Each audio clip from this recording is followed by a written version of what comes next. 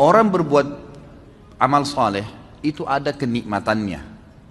Orang buat dosa ada kenikmatannya. Tapi dua kenikmatan ini mustahil bersatu, nggak bisa. Antum kalau merasakan nikmatnya ibadah, dan itu dengan cara ibadah itu tanda kutip harus dipaksakan, nggak bisa nggak. Kalau antum tidak paksakan sholat malam, mulai nanti malam bunyiin jam beker, atur sejadahnya, bubuhi minyak wangi, paksain diri bangun, mustahil. Sampai mati antum tidak akan sholat malam. Karena syaitan nggak mau kita ibadah, harus dipaksakan tuh. Kalau kita tidak paksakan, jalan ke rak buku kita di rumah yang kita taruh Al-Quran, paksakan jalan ke sana, ngambil Qurannya, paksakan baca selembar sehari, tidak bakal dibaca sampai kita meninggal. Mungkin sampai anak cucu kita juga tidak sentuh Quran itu. Mereka cuma mengenang, oh itu Quran nenek dan kakek saya. Nggak bisa kalau nggak dipaksain. Ibadah yang dipaksakan, Allah gunakan kata-kata paksa dalam Al-Quran ini ya, tanda kutip bahasa saya ini ya. Allah SWT mengatakan, orang yang memaksakan diri ke jalan kami akan pandu menuju ke jalan-jalan kami. Kalau kita biasakan paksakan diri, sesuatu yang dipaksakan di awalnya, itu nanti akan menjadi sebuah kebiasaan. Kalau dia kebaikan, maka akan baik tuh. Kita kalau biasakan diri puasa Senin Kamis, atau biasakan diri untuk azan langsung ke masjid, coba biarin bergulir tuh. Nanti kalau sudah menjadi sebuah kebiasaan, kita nggak enak lagi kalau nggak kerjain gitu. Karena kenikmatannya sudah muncul. Kalau ada orang yang setiap azan ke masjid, sebulan aja misalnya dijaga sama dia, nanti gak enak tuh, sekali aja terlambat satu rakaat masbuk, apalagi kalau ketinggalan sholat berjamaah, itu luar biasa penyesalannya, seperti sebuah gunung yang berat. Dari ini yang kata Nabi SAW, orang mukmin kalau berbuat dosa kecil, pelanggaran kecil sebenarnya, seperti gunung yang besar di atas punggungnya, berat rasanya, menyesal kenapa ya gitu. Sementara orang munafik kalau berbuat dosa besar, dianggap seperti lalat yang hinggap di hidungnya dan dia usir seperti ini. Kecil bagi dia. Nah, kenikmatan ibadah itu akan ada dengan cara antum harus paksain ibadah tuh, nggak bisa. Ikhwani, berhenti membuka peluang buat syaitan, jin dan manusia yang terus membisikkan, nantilah, gampanglah kamu alim ya, berubah ya, sok alim dan segala macam istilah. Habis sudah masalahnya itu. Saatnya kita hijrah. Sampai kapan kita mau dengar syaitan-syaitan nih semuanya? Jangan sampai nanti ajal mati baru antum menyesal. Penyesalan di belakang loh. Kalau antum meninggal dalam kondisi ada sholat yang ketinggalan, luar biasa nyesalnya itu. Kalau kita meninggal dalam kondisi tabungan kita penuh, nggak sempat disodakain, pastikan demi Allah antum akan nyesal. Kenapa dulu saya nggak bangun masjid ya? Kenapa dulu saya nggak begini ya? Kenapa dulu saya nggak begitu ya? Terus itu, gitu kan? Kenikmatan ibadah ada, kenikmatan maksiat juga ada. Kenikmatan maksiat ini, kalau orang maksimal di situ, atau orang maksimal di sini ya, kalau ada orang ibadah, dia maksimal, betul-betul ditinggalin dosa sama dia. Orang yang pakai jilbab, akhwat kita yang pakai jilbab rapi, dia sudah komitmen jaga itu. Sama tadi dengan misalnya laki-laki kalau jaga sholat di masjid. Luar biasa, dia tidak mau ada orang lain lihat sehelai rambutnya pun kecuali mahramnya. Satu waktu ada orang nyelonong masuk ke rumahnya. Pas nyelonong masuk ke rumahnya, lihat rambutnya. Apa yang terjadi? Pasti ukhti itu menyesal. Luar biasa terbebani. Kenapa nih rambut saya kelihatan? Karena dia sudah merasakan pakai jilbab itu sudah dipaksakan sama dia, tanda kutip, sehingga menjadi sebuah kebiasaan dan sudah ada kenikmatan. Karena dibiasakan jadi ada kenikmatannya, gitu kan? Nah, kenikmatan ini, kenikmatan ibadah ini akan menghilangkan kenikmatannya dosa. Lawan tutup aurat, buka aurat. Orang yang sudah biasa tutup aurat, dia rasa nggak enak lagi orang buka aurat. Orang yang biasa sholat, hilang kenikmatan meninggalkan sholat. Karena lawannya sholat pahala, ini meninggalkan sholat dosa, gitu kan. Tarik kepada semua ibadah nih. Orang yang biasa gemar bersedekah bantu orang, nanti dia nggak enak, lawannya itu pelit, itu berat. Dia jadi tidak mau tuh, tidak ada kenikmatannya lagi.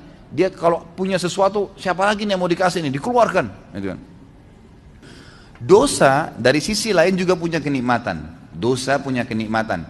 Orang kalau sudah membiasakan diri dalam kemaksiatan, misal perempuan tidak tutup aurat, dia pakai celana pendek, pakai celana ketat, bajunya luar biasa terbuka, gitu kan.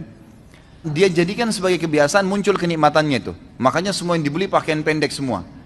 Kenikmatan ibadah lawannya tutup aurat, itu hilang dari dia. Mustahil dia mau tutup auratnya, gitu kan? Karena dia sudah merasakan kenikmatannya maksiat nih, gitu. Tarik ini dalam semua kemaksiatan apapun yang antum rutinkan. Makanya sering saya bahasakan ikhwani, Allah subhanahu wa ta'ala menyibukkan kita dengan kegiatan-kegiatan agama tuh. Dibuatin jadwal seharian, ada jadwal sholat, ada jadwal baca Quran, ada amal-amal soleh, banyak programnya ditawarkan supaya padat. Syaitan untuk membuat agar program-program ibadah ini terganggu, dibuatin program juga sama dia, program-program kemaksiatan. Kalau antum sudah dikena dengan satu dosa, misal nonton gosip jam 8 pagi, contoh, syaitan hiasin tuh supaya jadi indah dan menjadi kebiasaan antum. Setiap jam 8 nggak enak kalau nggak nonton misalnya, jadi sebuah kenikmatan, ya kan? Maka antum tidak akan mau diganggu jam itu, kegiatan apapun, mau baca Quran, mau mengaji, mau apa, pokoknya harus saya nonton ini, gitu kan? Kalau kenikmatannya sudah muncul, maka kenikmatan ibadah tidak ada. Kalau ada orang maksimal di sini, dia nikmatin ibadahnya, dia tinggalkan benar-benar 100% dosa, itu yang luar biasa. Itu yang kita harapkan.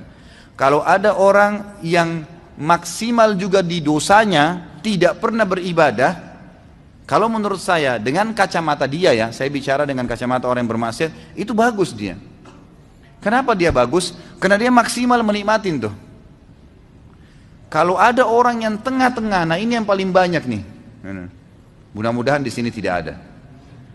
Di tengah-tengah, dia mau ibadah, tapi juga disisipin untuk maksiat.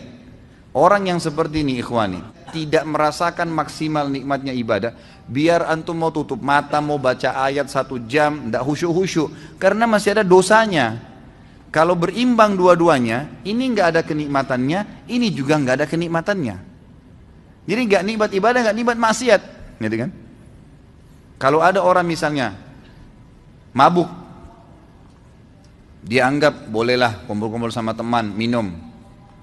Tapi dia juga jaga 5 waktu sholat. Kira-kira pada saat dia mabuk jam 2, jam 3 malam, dia pikirin sholat subuh, terganggu nggak? Lagi mabuk, duh sebentar mau subuh nih. Nggak nikmat tuh mabuknya. Ya nggak maksimal, karena dia masih terbebani dengan sholat subuh. Jadi kalau ada orang mabuk sekalian, dia nggak pikir sholat, itu maksimal dia. Dia nikmatin, tapi ingat ujungnya neraka, bukan saya sarankan ya. Ujungnya neraka nih. Tapi saya coba datangkan ikhwani, supaya antum keluar dari poin yang ini nih.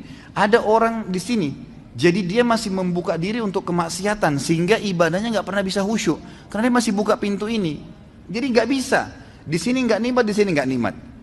Dia kalau berbuat ibadah, kemudian dia juga masih buat maksiat, nanti dia pada saat sudah pelihara jenggot, sudah mulai hadir pengajian, sudah mulai jaga sholat, tapi masih pacaran misalnya. Dia jalan, kalau dia jalan dengan pacarnya itu, pasti dia diikuti dengan ketakutan-ketakutan. Takut dilihat, takut nanti ada yang tahu nih, teman pengajian, takut begini. Nggak maksimal tuh. Coba kalau dia nggak ada beban, memang dasarnya rusak, mau telanjang di jalan, mau pergi kemana-mana sama dia nggak ada beban, nggak peduli, gitu kan? Memang ahli neraka sudah, ya sudah. Dia sudah nggak ada malunya, kata Nabi SAW, kalau kau tidak malu, buat apa yang kau inginkan? Nah ini dia rasakan maksimal di situ, tapi ujung-ujungnya konsekuensi ada, dosa dan masuk neraka, gitu kan? Jadi antum tidak ada opsi. Menjadi orang yang mukmin memang sejati, nggak ada lagi peluang untuk maksiat. Udah habis ceritanya itu. Bisikan-bisikan syaitan untuk gini, untuk gitu, negosiasi supaya masih mau ngurangin sedekahnya. Buka dompet 50.000, 10.000, sama 5.000. Pas antum buka niat mau sedekah buat orang fakir miskin. Begitu antum buka syaitan bisikin 5.000 aja. Dia ambil 5.000 kasih. Enggak, a'udzubillahi minasyaitonirrajim. Makin besar jaring yang kita lempar, makin besar ikan yang didapat. Bagaimana caranya orang mau dapat ikan paus pakai cantolan yang kecil? Jebol lah. Untuk nangkap ikan teri dipakai untuk panggil ikan paus, nggak bisa. Pakai kapal tanker. Tuh dapat ikan paus tuh besar. Ngasih 1.000 rupiah, minta sama Allah kesehatan, kekuatan, keturunan, selamat dari neraka, masuk surga, jodoh yang baik. Wah, luar biasa. Gimana caranya? Padahal kalau dia belikan atasannya hadiah, dibungkus kemasan bagus macam-macam. Kita kalau kasih fakir miskin ikhwani, Itu kita bukan kasih dia sebenarnya. Kita seperti memberikan hadiah kepada Allah itu. Makanya para ulama mengatakan Urwah Ibn Zubair rahimahullah, seorang ulama tabi'in yang masyhur. Beliau mengatakan, jangan kalian menganggap sama sekali sedekah yang kalian keluarkan itu bentuk sedekah, itu hadiah yang kalian berikan kepada Allah. Maka malulah seseorang di antara kita kalau memberikan kepada Allah lebih sederhana dari apa yang dia berikan kepada orang yang dia hormati dari manusia. Kalau perlu, kalau kita mau kasih buah, memang di packing resmi, bagus, kasih fakir miskin. Itu gimana senangnya dia. Dia sih cuma dapat duniawianya, tapi Allah memberikan kita balasan sesuai dengan kadar keikhlasan kita.